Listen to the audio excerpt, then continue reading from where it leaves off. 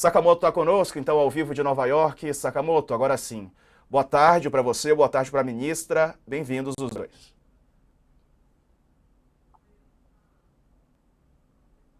Pronto.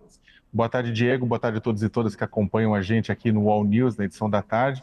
Eu estou aqui em Nova York com a ministra Marina Silva, que está participando de uma série de eventos relacionados ao meio ambiente, relacionados a questões climáticas que estão acontecendo por conta da Assembleia Geral das Nações Unidas, que vai ser aberta amanhã, nessa terça-feira, inclusive pelo presidente Luiz Inácio Lula da Silva, como é feito desde o começo, né, ao presidente brasileiro, cabe a abertura, né, o primeiro discurso na Assembleia Geral. E aí a ministra do Meio Ambiente e da Mudança do Clima, muito gentilmente, depois de um dia super cheio de eventos, ela vai conceder essa conversa com o UOL. Ministra, antes de mais nada, boa tarde, obrigado pela presença, obrigado por ter aceitado.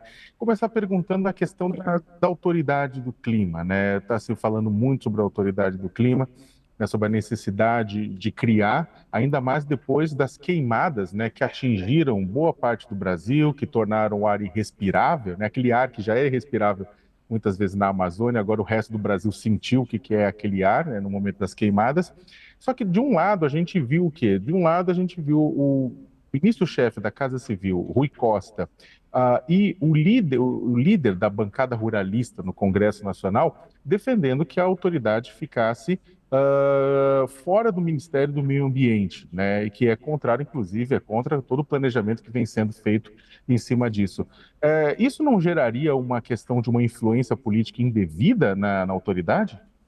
Bem, esse é o momento em que está sendo tomada uma decisão no centro de governo. Sakamoto, obrigada a vocês por essa oportunidade, dentro do centro de governo, para enfrentar o grave problema da emergência climática, e esse enfrentamento está sendo pensado em 3 níveis.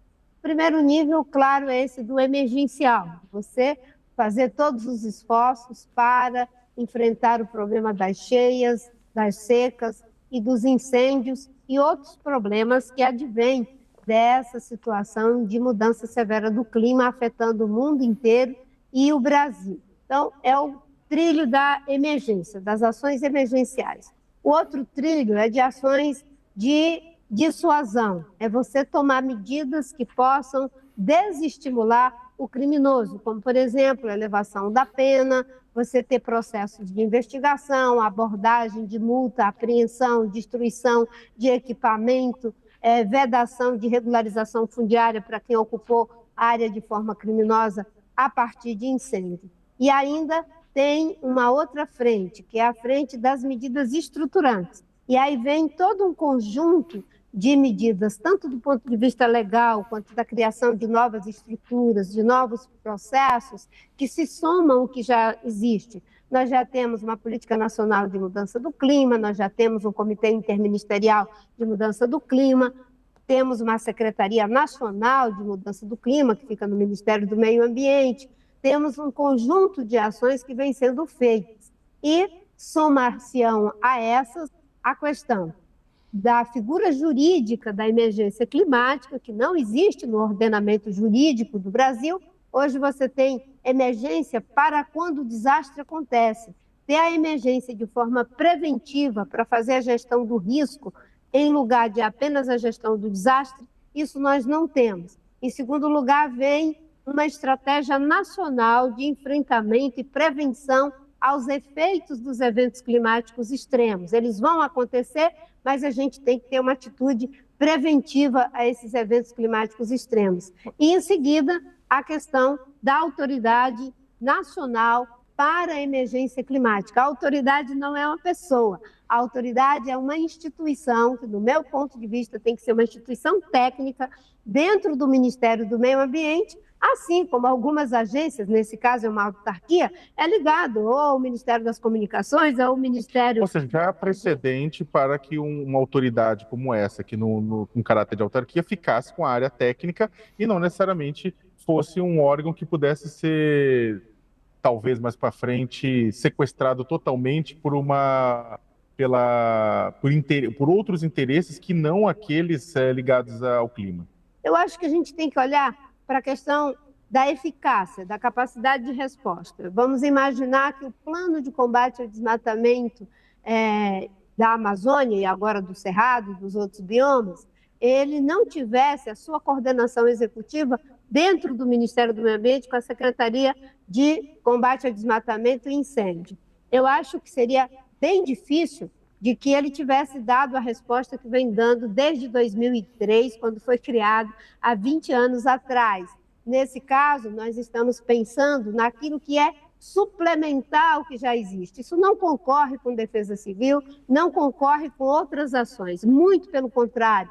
A autoridade climática, ela trabalha com modelagem, ela faz prevenção de risco, ela trabalha com dados e evidência, adensamento de dados, granulação de dados, e precisa, inclusive, de um comitê técnico-científico para dar suporte às suas ações. Em alguns casos, ela pode, sim, ter uma ação de fiscalização e pode ter uma ação também de fazer abordagem a algo que não esteja dentro do escopo de outras autarquias. Aí sim, ela pode ter uma ação coercitiva também, quando você extrapola as recomendações de risco climáticos que foram feitas e não foram cumpridas. Ministra, no ano passado, a senhora em Dubai falou que o mundo precisa pôr um pé no freio dos combustíveis fósseis se quer atingir as metas do Acordo de Paris, que é o acordo sobre digamos, a mitigação de emissão de carbono na atmosfera, porque o pessoal nos acompanha, está sentindo, né, os efeitos da mudança climática, sabe que a gente colocou o termostato do planeta lá em cima e a gente precisa frear esse aumento. A senhora colocou a importância de frear na questão dos combustíveis fósseis, né? Só que, ao mesmo tempo, dentro do Brasil, a gente tem a pressão sobre a questão da ampliação da exploração do petróleo, costa do Amapá, né, costa do amazônica do Amapá. Hoje mesmo o presidente Lula se encontrou em meio a toda uma discussão climática que está acontecendo aqui em Nova York, se encontrou com a chefia da Shell, né, mundial, aqui também na cidade de Nova York, né? A senhora e o Ministério do Meio Ambiente vem colocando uma linha, né, de falar, olha, a gente precisa, e está avisando, a gente precisa reduzir o pé dos combustíveis fósseis. Só que, ao mesmo tempo, acaba tendo uma eficácia reduzida por conta da política, de uma maneira geral, não perceber isso?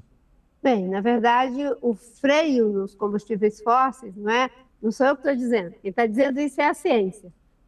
O IPCC já vem dizendo desde 1992 que é preciso reduzir as emissões de CO2 para que não acontecesse o que já está acontecendo. Agora, na COP28, em Dubai, depois de 31 anos, saiu a primeira resolução de que é preciso fazer a transição para o fim do uso de combustível fóssil, envolvendo países produtores de petróleo e países consumidores de petróleo. Países desenvolvidos vêm à frente nessa corrida e países em desenvolvimento em seguida, porque a atmosfera não faz diferença se o petróleo, o CO2 é de rico ou de pobre, mas é preciso que a gente tenha ali as responsabilidades comuns, porém diferenciadas, onde os que emitiram mais vão à frente e, em seguida, vem os países em desenvolvimento. E, no caso do Brasil, a contradição que é vivida não é diferente da contradição que é vivida no resto do mundo.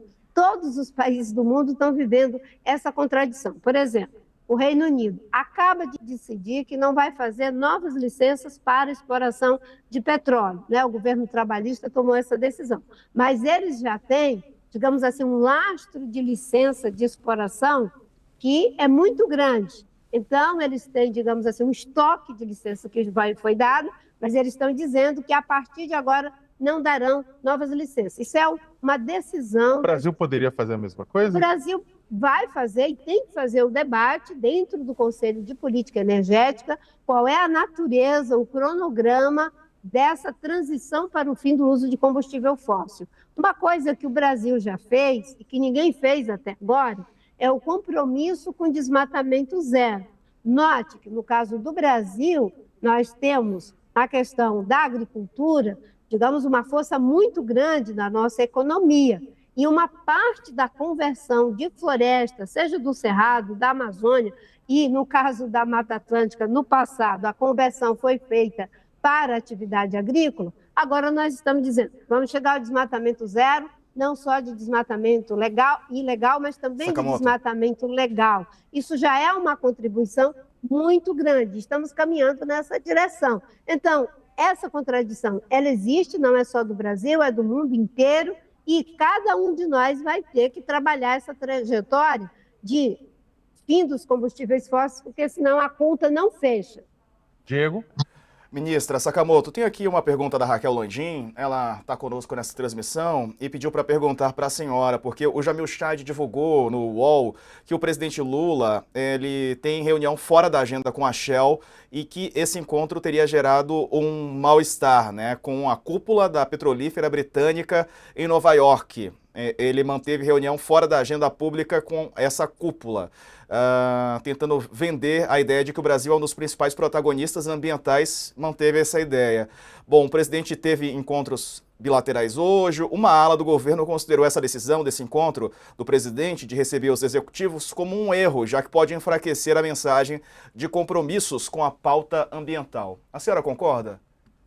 Bem, na verdade, o compromisso com a pauta ambiental do governo ele não vai ser diminuído em função de um contato com qualquer que seja o empreendimento.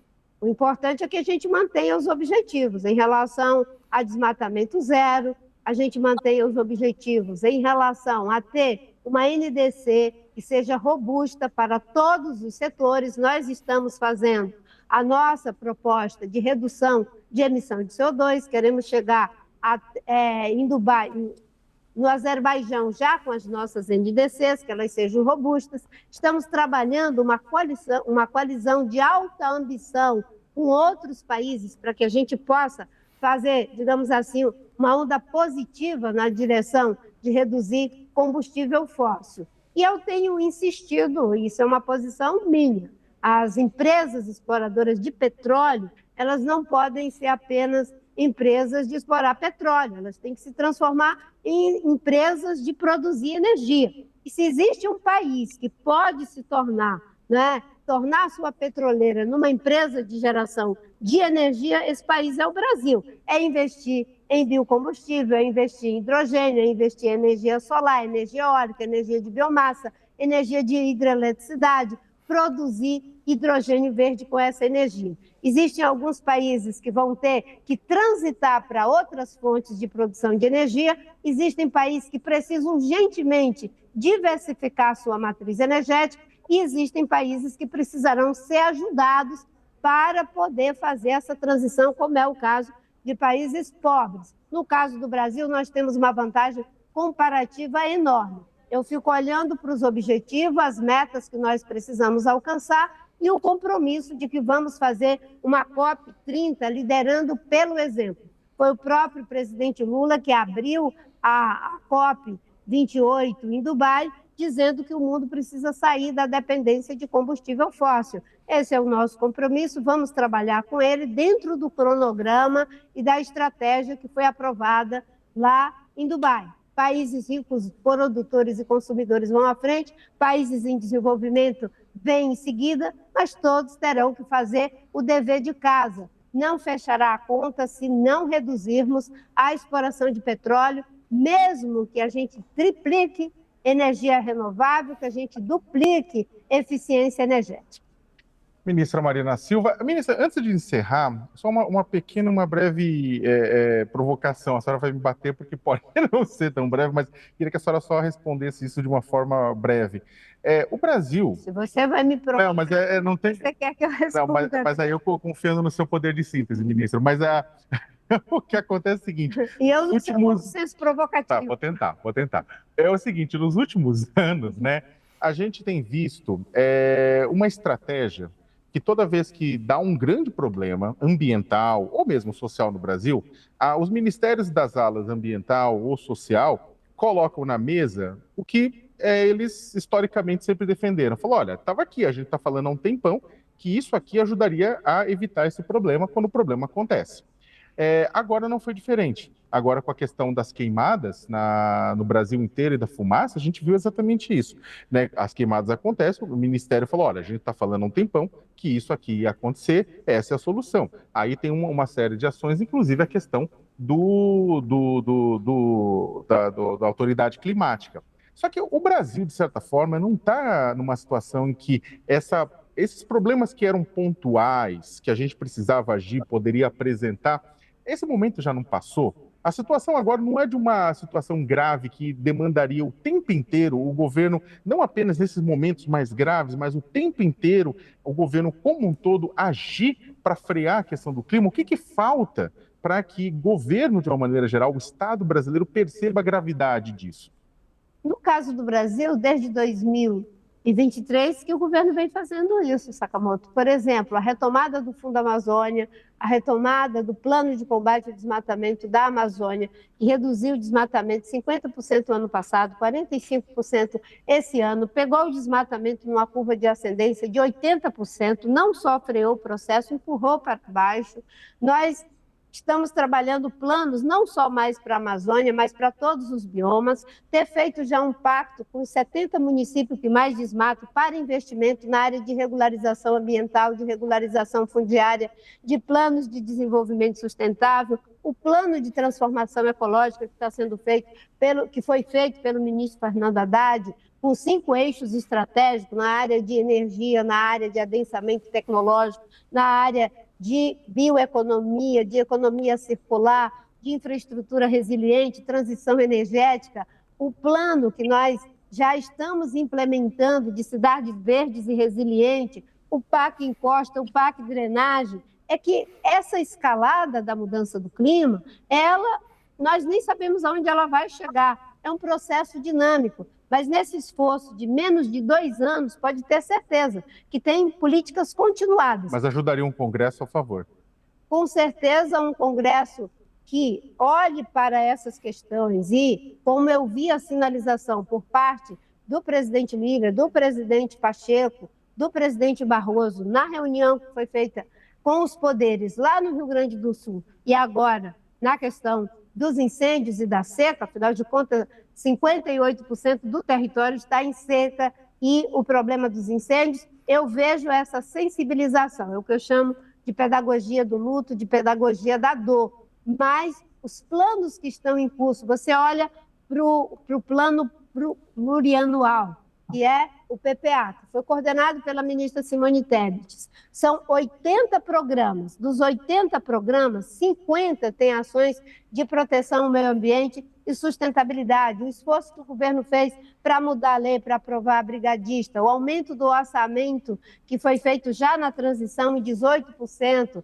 A gente está trabalhando uma agenda que é continuada. Claro, à medida em que você vai tendo novos elementos, você vai agregando novas estratégias, novos recursos e, com certeza, novas articulações, como foi essa do Pacto entre os Poderes, que é um documento histórico, é uma espécie de carta da terra do Brasil.